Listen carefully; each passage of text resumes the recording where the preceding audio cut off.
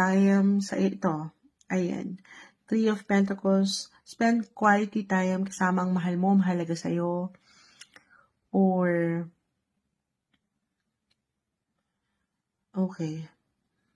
Kahit over the net lang. Moonshot, parang malabo yan ngayon. Especially the world, kung kayo nasa ibang bansa or nasa ibang lugar.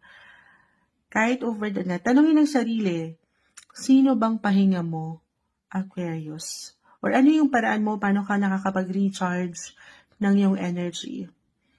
So, reversal tayo, guys. Pwede itong higit na mag-apply sa'yo or sa isang tao sa iyong buhay. Maring merong magbalik, manumbalik, the Eight of Cups, is in reverse. Or merong 8 and 8. Okay, merong pagtatagpuin ulit ng universe.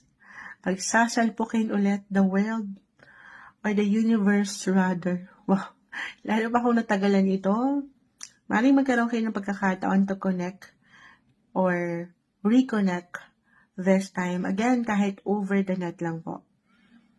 Since yun ay normal natin. Three of Pentacles kasi. 3 is about communication, connection, social media. Ayan.